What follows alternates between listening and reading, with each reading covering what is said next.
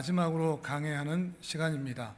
한 주나 또 두 주 동안은 주기도문 본 외편에서 조금 더 이어서 할 수는 있겠는데 좀 마무리를 해 가려고 하는데, 오늘 말씀을 여러분 들으시면 지난주 말씀과는 좀 대조되는데 이런 생각을 하실 수도 있고, 이 말씀이 좀 불편하게 여겨지시는 분이 있을 수도 있겠다라는 생각을 하게 됩니다. 지금까지 12주 동안 이 주기도문을, 또 오늘까지 13주 주기도문을 함께 나누면서 혹시 여러분의 마음 가운데 좀 남아있는 단어나 문장이 혹시 있으십니까?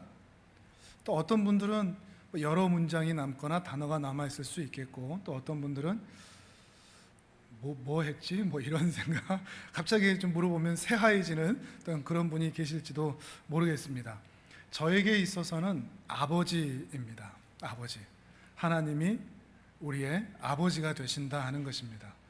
단순히 하나님이 내 아버지다라는 그 단순 명제로 끝나는 것이 아니고, 그 하나님이 내 아버지이시라는 것이 내 삶에 어떻게 나타나고 있는가 하는 것을 더 깊게 좀 생각을 해보게 된 것 같습니다. 하나님께서 아버지셔서 내 인생에 어떻게 관여하시고, 그 아버지와 아들의 관계에서 우리를 어떤 자리로 인도해 가시는가 하는 것을 더 많이 생각을 해보았습니다. 오늘 그 이야기를 중점적으로 함께 살펴보려고 합니다. 이런 하나님이 우리 아버지시다라고 하는 이 이야기를 좀 쏙 빼놓고 주기도문을 바라보면 관점이 좀 많이 달라집니다. 예수님께서 하나님을 어떻게 소개하시죠? 주기도문을 통해서요.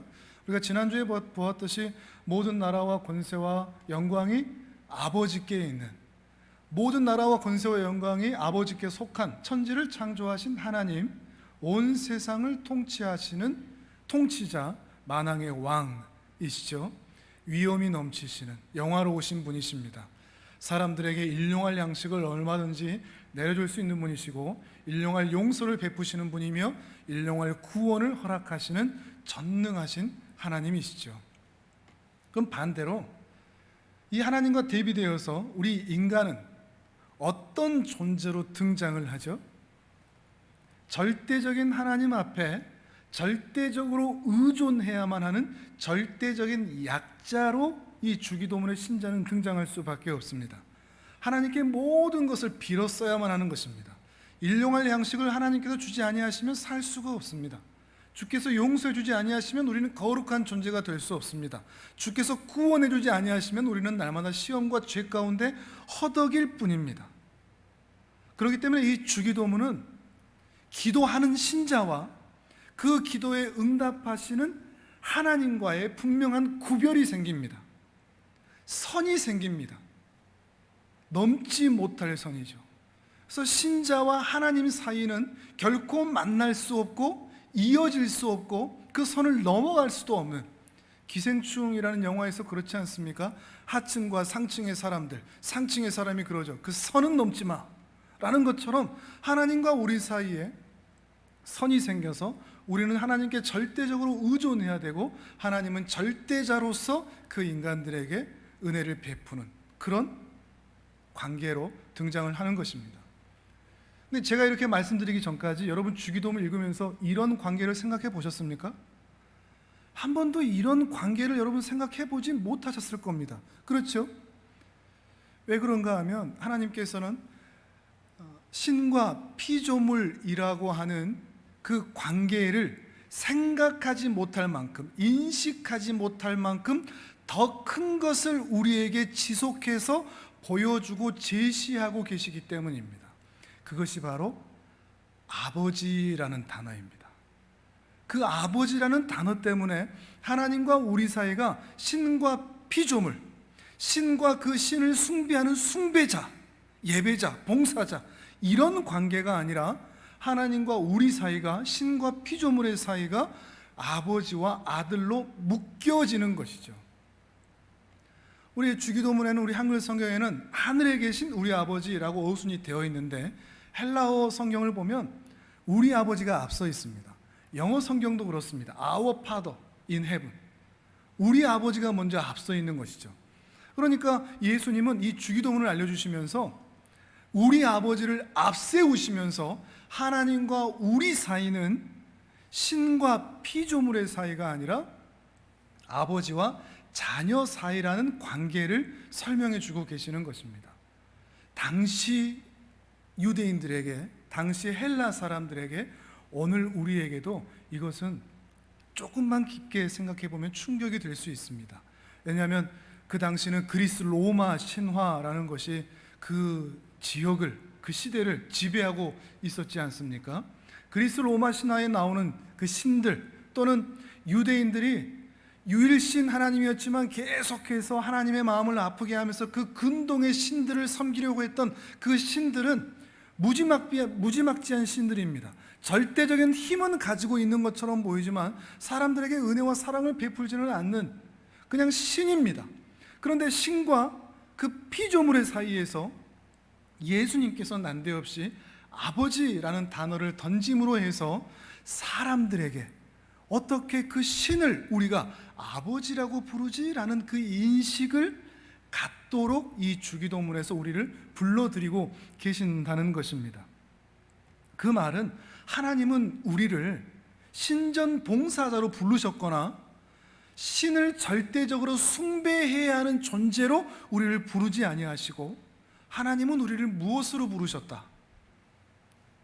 자녀로 부르셨다 하는 것을 전제하고 있는 것입니다. 여러분, 기독교라는 종교 안에 들어와 있는 게 얼마나 은혜인지 모릅니다. 다른 종교들 봐보십시오. 막 고행을 해야 되고 숭배를 해야 되고 갖다 바쳐야 되고 해야 될 것도 많고 막 참선을 하고 뭐 이런 모습들이 있지만, 우리는 하나님과 자녀의 관계로서 우리를 불러주셨기 때문에 그 사랑의 종교로서 우리는 기독교라는 종교 가운데 하나님을 아버지라고 부르고 있는 것이죠. 이 주기도문을 통해서 여러분이 하나님과 우리와의 관계를 아버지와 아들의 관계로 확인할 수만 있다면 여러분 정말 큰 은혜와 복을 확인하게 되는 것입니다. 여러분에게 이 은혜가 있기를 바랍니다. 하나님을 신으로 섬기는 것이 아니라, 물론 신이시죠. 유일한 신이시죠. 근데 그 신으로만 하나님을 대하는 것이 아니라 우리는 아버지로 그 하나님을 대하고 있는 것이죠. 그러니까 우리는 큰 길 어귀에 나아가서 또는 회당에 나아가서 사람들에게 인정받고 칭찬받으려고 크게 기도할 필요가 없습니다. 왜냐하면 은밀한 곳에 계시는 그 하나님만 나를 알아주시면 되니까요. 사람들한테 인정받으려고 기를 쓸 필요가 없습니다. 하나님만 알아주시면 됩니다. 그렇기 때문에 우리는 한 기도 또 하고 한 기도 또 하면서 중언부언하면서 열정적으로 열심히 기도하면서 내 기도 제목이 응답받을 수 있도록 격정적으로 기도하고 신앙생활할 필요가 없습니다. 왜죠? 내가 말하지 않아도 내게 필요한 것이 무엇인지를 우리 아버지는 다 알고 계시기 때문입니다. 이게 신자의 복입니다. 하나님을 아버지라고 부르는 신자의 큰 복입니다. 하나님이 우리 아버지라는 그 명백한 증거는 하나님께서 우리를 위해서 죽어주셨다는 것입니다. 그리스 로마 신화에 나오는 신들이, 또는 세상 모든 종교의 신들 중에 그 피조물들을 위해서, 그 숭배하는 자들을 위해서 죽어주는 신이 있습니까? 나눠주는 신이 있습니까? 그렇지 않습니다. 절대 복종을 요구하죠. 헌신을 요구합니다. 심지어 니들 자녀라도 바쳐라, 생명이라도 바쳐라, 이렇게 얘기하는 것이죠. 그런데 그 신이 그 피조물들을 위해서 생명을 바친다? 이런 역전이 일어나는 종교는 전혀 없다는 것입니다. 왜 이렇게 하셨죠? 왜 성부 하나님께서는 성자 하나님을 이 땅에 보내셔서 그 성자 하나님으로 인하여 십자가에 죽기까지 하게 하셨죠? 참 못난 인간들이지만 아들이니까요. 하나님은 그 아들들의 아버지이시니까요. 근데 단순히 아버지의 책임, 가장의 책임으로 어쩔 수 없이 그렇게 해주신 게 아니라 그 아들들을 너무 사랑하기 때문에, 그리고 그 집 나갔던 아들들이, 그 못난 아들들이 돌아와서 하나님을 향해서 아버지라고 불러주는 것을 너무 기다리시기 때문에, 그걸 너무나 원하시기 때문에 자원하여 스스로 기쁜 마음으로 사람이 되어 죽으시기까지 하셨다는 것입니다. 이것이 우리가 믿는 기독교입니다. 기독교는 만사 형통, 마음 수양, 정신 수양, 마음 평안, 기도 응답, 이런 것들을 얻기 위해서 가장 강한 신이라고 여겨지는 한 신을 믿는 종교가 결코 아닙니다. 기독교는 하나님을 소위 신이라고 불리는 그 대상을 아버지로 만나는 종교이며, 그 아버지가 우리 못난 아들들을 아버지로 불러주시는, 받아주시는 그런 아버지의 사랑으로 채워진 종교라는 것입니다. 여러분은 어떻습니까? 하나님과 여러분의 관계가 아버지와 자녀의 관계입니까? 아니면 신과 피조물의 관계입니까? 여러분 어떤 관계로 엮여 있는 것 같습니까? 그리고 어떤 관계이길 원하십니까? 당연히 아버지와 아들이라고 대답하시겠죠. 그런데 반전, 여러분이 그렇게 정말 아버지와 자녀의 관계로 신앙생활을 하고 있을까요? 아버지를 만나고 있을까요? 실제로도 그럴까요? 한번 살펴보도록 하시죠. 요한복음 14장을 찾아보도록 하겠습니다. 요한복음 14장입니다. 신약성경 171페이지쯤에 있습니다.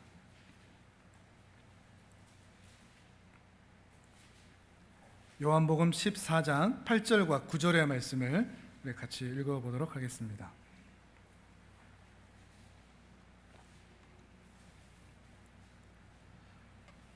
요한복음 14장 8절 9절 같이 읽습니다. 시작. 빌립이 이르되 주여 아버지를 우리에게 보여 주옵소서. 그리하면 족하겠나이다. 예수께서 이르시되 빌립아 내가 이렇게 오래 너희와 함께 있으되 내가 나를 알지 못하느냐? 나를 본 자는 아버지를 보았거늘 어찌하여 아버지를 보이라 하느냐? 아멘. 빌립이 예수님께 나와서 주님, 하나님 아버지를 내게 좀 보여주십시오 라고 요청을 하죠. 그러자 예수님께서 야, 나와 이렇게 오래 있으면서 나를 통해서 아버지를 보지 못했단 말이냐? 라고 말씀을 하십니다. 어떻게 보면 단순한 대화 같지만 이 대화에는 잘 드러나지 않은 더 깊은 의미가 있습니다. 바로 위에 6절을 보시면 예수님께서 이런 말씀을 하시죠. 내가 곧 길이요 진리요 생명이니 나로 말미암지 않고는 아버지께 올 자가 없느니라 라고 이 말씀을 하시면서 자신이 바로 성부 하나님의 기쁘신 뜻에 따라서 보내심을 받은 성자 하나님이신 것을 말씀하셨습니다. 그 이야기를 듣고서 빌립이 이 이야기를 꺼낸 겁니다. 당신이 정말, 예수님이 정말로 성부 하나님이 보내신 거라면 당신을 보내신 하나님을 보여주십시오. 당신이 하나님으로부터 보내심을 받았다고 하는 증거를 보여주십시오. 그 뒤에가 이런 말이 붙어있죠. 빌립의 말, 그리하면 족하겠나이다. 그러면 제가 만족하겠습니다 하는 거죠. 성부 하나님이 당신을 보내셨다고 하는 내가 만족할 만한 증거, 내가 당신을 메시아로, 더 깊은 의미로는 내가 당신을 하나님으로 고백할 만한, 내가 인정할 만한 증거, 내가 만족할 만한 증거를 보여주셔야 되겠습니다. 이런 의미를 하고 있는 것이죠. 빌립이 무엇을 보기를 원하는 걸까요? 빌립이 예수님으로부터 보고 싶은 하나님의 모습이 무엇일까요? 단순히 일회적으로 하나님의 신현, 짠, 뿅 하면서 산신령이 나타나듯 그렇게 하나님 좀 보여주십시오, 이런 의미가 아니라 하나님 정도는 되어야 하실 수 있는 그 초월하는 하나님의 능력을 누가 만족할 만한, 내가 보고 만족할 만한 그런 능력을 보여주십시오. 그래서 내 입에서 야, 이런 능력을 행하시니 당신은 정말로 하나님이시군요 라고 고백할 만한 그런 증거와 표를 보여달라고 하는 것입니다. 이런 빌립의 요청에 대해서 예수님께서 뭐라고 말씀하시죠? 나를 본 자는 아버지를 이미 봤다. 근데 왜 다시 하나님을 보여달라고 하느냐? 이런 말씀을 하시죠. 어떤 의미일까요? 야, 내가 그동안 지금까지 살아온 동안, 나와 함께하는 동안 하나님의 그 모습 많이 보여줬잖아. 너 그동안 못 봤어? 이런 거죠. 그러니까 빌립은 못 봤으니까 보여주십시오 하는 것이고, 예수님은 나 지금까지 보여줬는데 왜 못 봤어? 하는 것이죠. 그 말은 빌립과 예수님 사이에 하나님이 어떤 분인가 라고 하는 그 초점이 다른 겁니다. 빌립이 생각하는 하나님의 모습, 예수님이 보여주신 하나님의 모습, 이게 다른 거죠. 예수님은 지금까지 하나님의 모습을 계속해서 보여주셨습니다. 그런데 빌립은 그런 예수님의 모습을 보고서 만족하지 못한 겁니다. 그 모습으로는 제가 만족하지 못하겠습니다. 제가 만족할 모습을 다시 보여주십시오. 이런 대화가 되는 것이죠. 빌립이 바라는 하나님의 모습과 예수님이 보여주신 하나님의 모습이 어떻게 다를까요? 빌립의 요구와 오늘 우리의 요구가 다르지가 않은데, 빌립이 만족할 때까지 보고 싶어 했던 그 하나님의 모습은 전능하신, 초월하신 하나님의 능력을 말합니다. 하나님만이 보여줄 수 있는 하나님의 그 전능하신 힘, 그 능력, 파워, 그거를 보기를 원하는 것이죠. 그런데 반대로 예수님께서 그동안 제자들에게, 이스라엘 백성들에게 보여주셨던 하나님의 형상, 하나님의 모습은 전능한 하나님의 능력으로서가 아니라 자비로우신 하나님의 성품으로서의 모습이었습니다. 그러니 차이가 났던 것이죠. 이 차이를 느끼실 수 있겠습니까? 빌립이 바라는 것과 예수님이 보여주신 것과의 그 차이 말이죠. 빌립은 하나님의 형상, 하나님의 그 자비, 하나님의 그 사랑, 하나님의 그 구원 별로 와닿지 않습니다. 그게 뭐 하나님인가 싶습니다. 빌립은 보고 싶은 게 있습니다. 능력과 힘이죠. 빌립만 아니라 오늘 우리도 마찬가지입니다. 오늘 우리도 신의 성품보다, 하나님의 성품보다 하나님의 능력을 더 많이 원합니다. 내 구원받았다고? 그거 뭐? 나를 사랑하신다고? 그게 뭐 나를 어떻게 지금 도와주는데? 나와 함께 하신다고? 자비로우시다고? 은혜로우시다고? 그게 뭐? 그거 말고 내가 만족할 만한 능력을 내 삶에도 보여주십시오. 빌립의 요구와 오늘 우리의 요구가 다르지가 않은 것입니다. 왜 우리가 빌립도 마찬가지고 우리도 마찬가지고 하나님의 성품에는 만족하지 못하고 자꾸 하나님의 능력을 원할까요? 당장 우리 삶에서 하나님의 능력을 써먹어야 되거든요. 그 하나님의 능력이 내 삶에서 당장 나타나서 내 시급한 문제를 해결해 주셔야만 하거든요. 지금 우리 현실이 너무 힘들고 급하거든요. 현실이 너무 급하기 때문에 하나님이 어떤 분이신지는 돌아볼 여유가 없습니다. 우리 현실이 너무나 어렵기 때문에 하나님의 사랑, 하나님의 구원, 하나님의 함께하심, 이것에 감동이 되지를 않습니다. 일단 급하니까, 일단 어려우니까 내 소원과 필요를 채워주실 그 전능하신 하나님만 필요한 것입니다. 그러면 예수님께서 아버지를 어떻게 보여주셨는지 더 자세히 한번 보도록 하죠. 10절과 11절도 읽어보도록 하겠습니다. 10절과 11절 우리 함께 읽도록 합니다. 시작. 내가 아버지 안에 거하고 아버지는 내 안에 계신 것을 내가 믿지 아니하느냐? 내가 너희에게 이르는 말은 스스로 하는 것이 아니라 아버지께서 내 안에 계셔서 그의 일을 하시는 것이라. 내가 아버지 안에 거하고 아버지께서 내 안에 계심을 믿으라. 그렇지 못하겠거든 행하는 그 일로 말미암아 나를 믿으라. 아멘. 11절에 그러지 않습니까? 아버지께서 내 안에 계심을 믿어라. 근데 믿어지지 않냐? 그러면 내가 지금까지 행해왔던 그 일을 보고 나를 믿어라 하신 거죠. 자, 그러면 예수님께서 지금까지 하신 일이 뭐죠? 이스라엘 안에서 예수님께 해오신 것이 무엇이죠? 분명한 것은 유대인들이, 이스라엘 백성들이 원하는 것을 하지는 않았다는 것입니다. 초월적인 그 신의 능력을 사용하긴 했지만 그 능력을 가지고 로마의 압제에서 이스라엘을 구원해주는 정치적인 힘을 발휘하는 능력으로 사용하지 않으셨습니다. 가나안의 문제를 해결해주는 사회 변혁적인 것으로 그 물리적인 힘을 사용하지 않으셨습니다.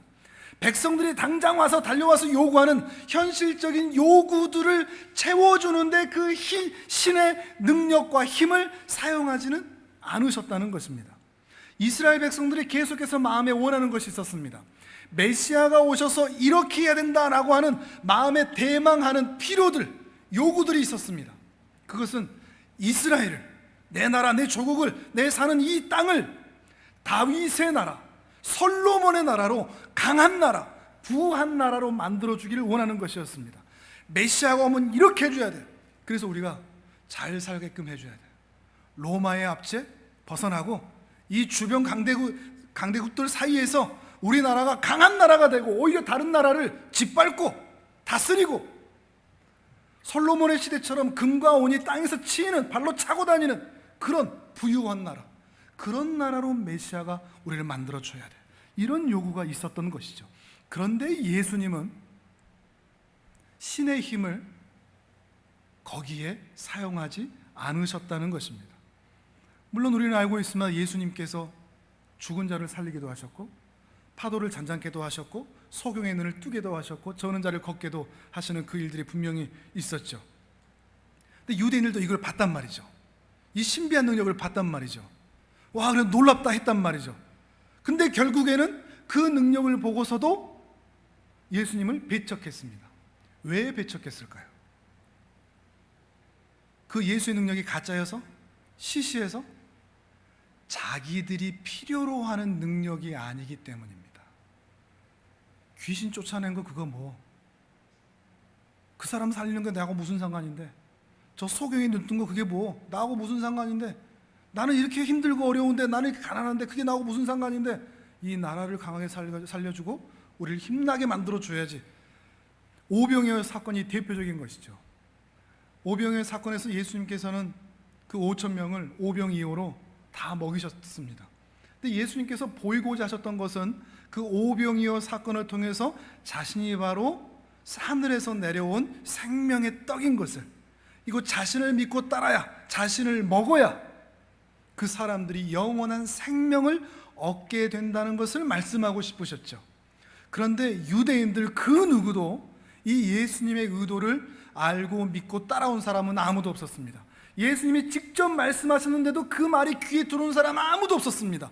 단지 수많은 사람들이 예수님 주위에 몰려와서 구름처럼 몰려들어서, 야, 오병이어만 가지고도 5천 명을 먹이는 것 보니 이 인간을 왕 삼으면 적어도 솔로몬의 나라가 이 땅에서 이루어지겠다.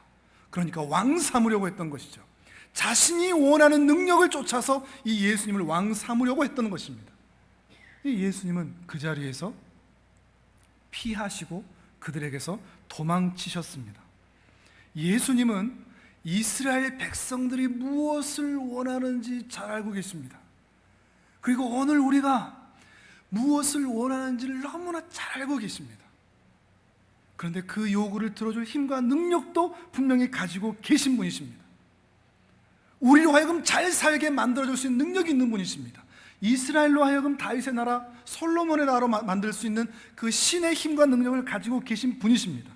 그럼에도 불구하고 예수님은 그 부분을 향하여서 사회 변혁적인 부분, 우리들의 실제적인 필요를 위한 채우는 부분에 그 힘과 능력을 사용하지 않으셨고, 오히려 예수님은 그런 힘을 발휘해야 할 부분에서는 철저하게 무기력하셨습니다. 공권력 앞에서는 오히려 도살장에 끌려간 양처럼 얌전하셨습니다. 거기에서는 아무런 힘도 사용하지 않으셨습니다. 사람들이 침을 뱉는데, 사람들이 채찍을, 사람들이 못을, 사람들이 창을 찌르는데 거기에서는 무기력하셨습니다. 그곳에는 힘을 사용하지 않으셨습니다. 그렇지만 예수님은 이스라엘 백성들이 살아가는 아주 소소한 일상, 그들의 삶의 현장, 그곳에는 깊이 개입하셨습니다.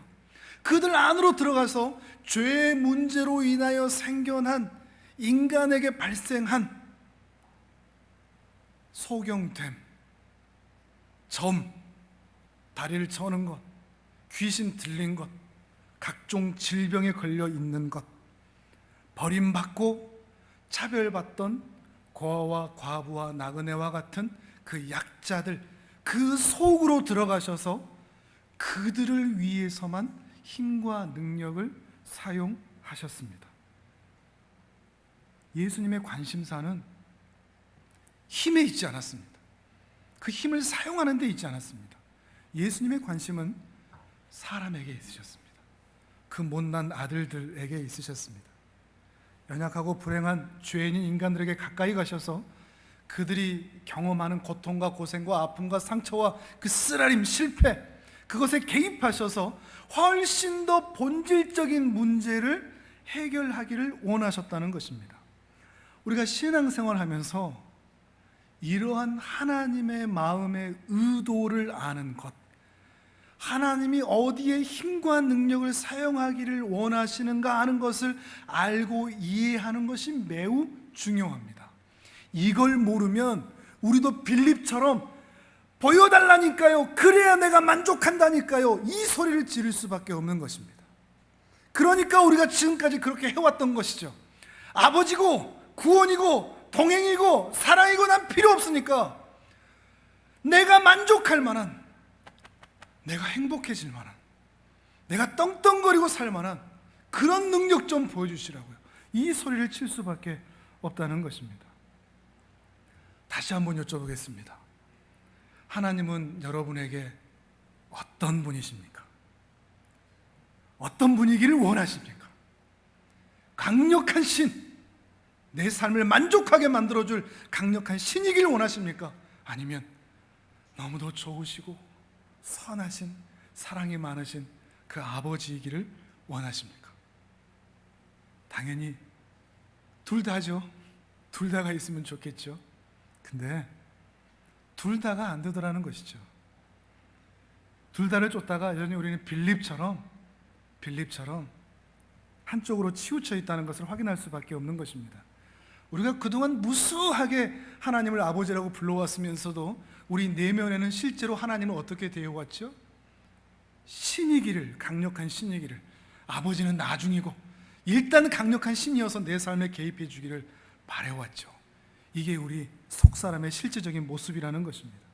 그 전능한 힘을 내게 좀 보여달라고 하면서 말이죠. 이 전능한 하나님에 대한 기대와 요구가 너무 크면 아버지이신 하나님은 우리의 시야에서 잘 보이지 않게 됩니다. 여러분 그렇지 않던가요? 살아보니 그렇지 않던가요? 하나님의 은혜와 요구가 필요한, 그 전능하심이 필요한 그 시기에는 하나님이 내 아버지시다 이런 것이 와닿지가 않습니다. 그러니까 감사도 안 되고 은혜도 안 되고 기쁨도 되지를 않죠.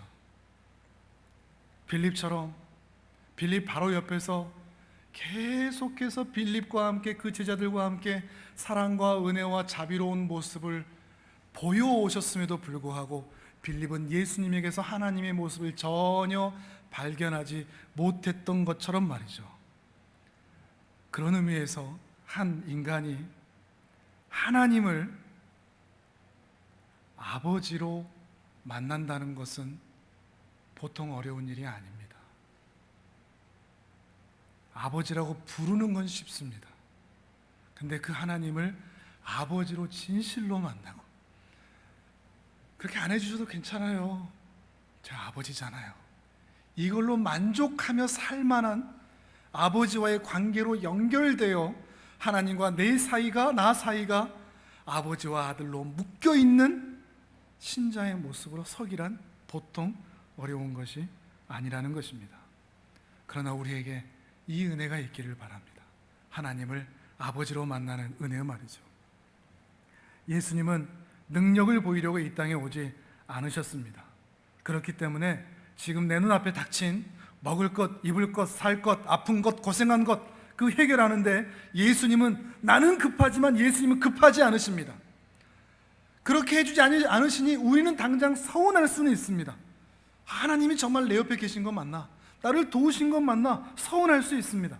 마치 암에 걸렸는데 환자는 그 암 때문에 너무 힘드니까 진통제 좀 놔달라고 당장 이 고통만 좀 없애달라고 의사에게 소리치는데 의사는 힘들죠. 힘들긴 힘드는데 그 아픔, 그게 중요한 게 아니에요. 더 본질적인 암을 고쳐야 돼요.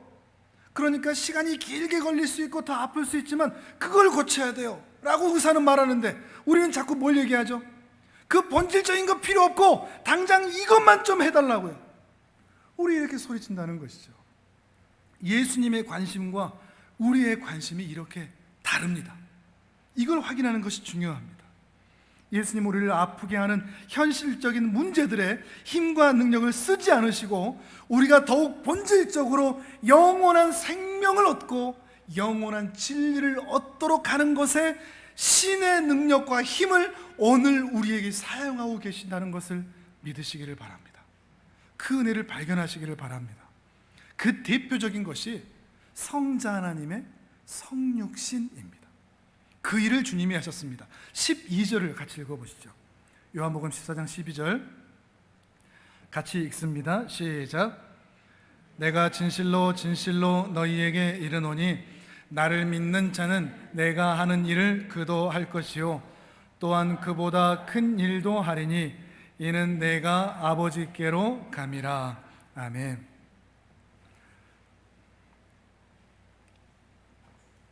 예수님께서 그런 말씀을 하시죠. 나를 믿는 자는 내가 하는 일을 그도 한다. 신자는 예수님이 하신 일을 한다는 것이죠. 신자가 예수님이 하신 일을 한다는 것은 어떤 의미일까요? 지금까지 말씀 잘 들어오셨다면 신자는 장풍을 쏜다, 눈에서 광선이 나간다, 기도만 하면 막 형통해진다, 잘 살게 된다, 이런 의미가 결코 아니라는 것을 알겠죠? 능력과 힘을 사용할 줄 안다, 이런 것이 아니라는 것을 알겠죠? 성육신이라는 표현을 우리는 많이 알고 있고 잘 이해하고 있다고 생각하겠지만 그 성육신의 의미, 그리고 성육신 하신 예수님의 마음을 얼마나 깊이 이해하고 있느냐 하는 것은 다른 문제입니다. 하나님 앞에서 범죄한 인류를 구원하시기 위해서 성부 하나님의 기쁘신 뜻을 따라서 성자 하나님을 이 땅에 사람으로 보내셨습니다. 그래서 성자 하나님이 이 땅에 사람의 몸을 입고 예수님으로 이 땅에 오신 것이죠. 우리는 그것을 성육신이라고 말을 합니다. 근데 성육신은 단순히 하나님이 사람이 됐다 정도가 아닙니다. 그저 우리 죄값 지불하고 사람이 되셔 이 땅에 오셔서 우리 죄값 지불해 주고 우리를 천국 가게 만들고 나 할 일 다 했으니까 더 오래는 못 있겠고 나 이제 빨리 돌아갈란다. 그 황급히 다시 하늘로 돌아가신 것, 나는 최소한의 일만 하고 나머지는 니들이 알아서 해라, 이런 의미가 결코 성육신이 아닙니다. 단순히 십자가를 지셨다, 하나님이 사람이 되셔서 십자가를 지셨다, 이 정도의 의미만도 아닙니다. 성육신은 훨씬 더 깊은 의미를 가지고 있습니다. 성육신은 예수님이 이 땅에 오셔서 가장 낮은 죄인들이 사는 삶을 똑같이 그대로 사셨다는 데에서부터 출발해야 됩니다. 예수님이 이 땅에 사람으로 오셔서 인간들이 사는 삶 그대로를 사셨다는 것입니다. 당신이 해야 할 일만 해놓고 가시기 위해서 성인으로 이 땅에 오지 않으셨습니다. 나 할 것만 하고 갈래? 그럴 거면 그냥 성인으로 오셨겠죠. 다 큰 성인으로 그냥 1년 내, 한 달 내, 일주일 내 해결할 수 있도록 다 큰 성인으로 다 준비하고 오셨겠죠. 그런데 예수님은 그렇게 오지 않으셨습니다. 한 여인의 배에서부터 시작하셨습니다. 그 배에서 10달 동안 있는 것, 사람이 태어나서부터 겪게 되는 모든 것들을 동일하게 겪으심으로 인간의 고생과 아픔과 상처와 절망과 낙심과 외로움과 삶, 심지어 죽음까지 다 그대로 사람 수준에서 다 경험하셨다는 것입니다. 그렇기 때문에 예수님은 힘들다는 게 뭔 줄 압니다. 외롭다는 것을 압니다. 외로워 보셨습니다. 아파 보셨습니다. 배고파 보셨습니다. 배신 당해 보셨습니다. 그러니까 우리가 배신 당한다는 게 뭔지를 예수님도 똑같이 아십니다. 배고프다는 게 뭔지, 외롭다는 게 뭔지, 힘들다는 게 뭔지, 몸이 아프다는 것이 무엇인지, 고단한 것이 무엇인지, 인생을 살아간다는 것이 무엇인지를 예수님은 똑같이 경험하셨습니다. 그렇기 때문에 우리를 이해하십니다. 힘든 우리를 도닥여 주십니다. 암 수술을 받아본 사람이 이제 막 암 진단 받은 사람의 그 청천벽력 같은 그 마음의 낙심을 이해할 수 있듯이, 하나님은, 예수님은 우리의 모든 것들을 다 경험하셨기 때문에 우리를 이해하시고 체휼하시고 우리를 동정하시고 어느 순간에도 우리 편이 되어주실 수가 있는 것입니다. 이것이 성육신의 진정한 의미입니다. 그저 사람의 몸을 입고 인간 되는 신용을 했다는 정도가 아니라 하나님 찬스 한 번도 안 쓰시고 우리 인간이 사는 삶 그대로 사셨다는 것이며, 그래서 우리를 온전히 이해하실 수 있다는 것, 이것이 바로 성육신이라는 것이죠. 그러면 다시 12절로 돌아와서 예수님이 말씀하신 나를 믿는 자는 내가 하는 일을 그도 할 것이라. 내가 하는 일을 예수님이 뭘 하셨다고요? 성육신을 하셨다고요. 사람들 안에서 사람들과 함께, 그들과 함께 계셨고, 그들에게 심지어 그들에게 고난도 받으시고 오해도 받으시고 비난도 받으시고 고통까지 당하신, 빌립보서 2장의 말씀처럼 심지어 죽기까지 순종하신, 죽기까지 죽으셨다는 거죠. 내가 죽으려고 각오는 해볼게, 각오로 끝나지 않으셨습니다. 죽었습니다. 인간이 경험하는 죽음을 경험하셨습니다. 근데 그냥 죽지 않으시고 십자가에 달려 죽으심으로 가장 고생스럽게 죽으셨습니다. 가장 고통스럽게 죽으셨습니다. 가장 부끄럽게 죽으셨습니다. 우리 인간이 당할 수 없는, 우리 인간이 당할 모든 고통들의 총체적인 고통, 총합적인 고통을 다 당하시고 죽기까지 하신 것입니다. 이것을 주님이 하셨습니다. 그러므로 예수님을 믿는 신자가 예수님이 하는 일을 동일하게 한다는 그 이야기는 손에서 광선이 나가고 형통하게 되고 대단한 능력을 행사하는 그런 삶을 산다는 것이 아니라, 예수님이 고난 당하셨으니 나도 기꺼이 사람을 살리기 위해 고난을 당할 것이며 희생할 것이며, 성육신 하셨듯이 나도 가장 낮은 곳으로 내려가서 섬길 것이며 죽기까지 순종하여 하나님의 뜻을 이루고자 하는 그런 삶을 사는 것입니다. 냄새나는 사람들 그 품 안으로 들어가서, 못난 사람들 그 틈바구니 속으로 들어가서 그들과 함께 고생하고 고민하고 그들을 살리고 그들을 이끌고 그들을 돕는 인생을 사는 것, 그런 삶이 주께서 하신 일을 그 믿는 자도 하는 그런 신자의 삶의 내용이라 하는 것입니다. 그렇기 때문에 신자의 삶은 형통일 수가 없습니다. 잘 되는 것일 수 없습니다. 참 신자의 삶에는 고난과 고생과 시험이 끊어지지 않습니다. 물론 우리는 답답합니다. 물론 우리는 힘듭니다. 그런데 바로 그 고생과 고난과 아픔과 상처와 쓰라린 실패, 바로 그 자리에서 신자는 하나님을 아버지로 만나게 된다는 것입니다. 살아보니 그렇죠. 형통하는 자리에서는 하나님을 하나님으로만 알지 하나님을 아버지로 만나지는 못합니다. 그렇지 않던가요? 잘 나가는 시절에서는 하나님을 아버지로 부르지를 못합니다. 그런데 오히려 고난의 때 하나님을 더 깊이 만나고 아버지의 품으로 더 깊이 파고 들어갈 수 있게 된다는 것입니다. 고난은 우리로 하여금 하나님을 아버지로 알게 합니다. 일용할 양식이 필요해서 눈물 흘리던 그 시간을 지나온 사람들, 일용할 용서가 필요해서 거룩한 삶을 살지 못하고 용서하지 못하고 품어주지 못하는 이 좁은 가슴 때문에 괴로워하는 그 시간들을 지나온 사람들, 수많은 시험과 사단의 유혹과 그 미혹에 수없이 쓰러지고 넘어져 봐서 일용할 구원이 날마다 필요하여 하나님의 은혜 앞에 무릎 꿇어본 신자들만이 하나님을 아버지로 만나게 되더라는 것입니다. 그래서 다윗도 사도 바울도 고난이 내게 유익이다, 이런 말을 한 것입니다. 고난이 내게 유익이다. 그 고난을 통해서 하나님께 더 깊이 그리고 더 가까이 나아갈 수 있었기 때문입니다. 이런 의미를 안다면, 참 신자라면 고난과 고생과 아픔이 찾아와도 너무 힘들지는 않습니다. 여러분의 힘듦을 이해하지 못한다는 게 아닙니다. 힘들지 않다는 게 아닙니다. 근데 진짜 신자는 바로 이 시간에, 이 고난의 때, 이 아픔의 때 나에게 이걸 허락하신 그 주님의 마음을 아니까, 그리고 이때 내가 하나님을 아버지로 만날 수 있다는 기회를 삼을 수 있으니까 그 고난의 때를 오히려 은혜의 때로 삼게 된다는 것입니다.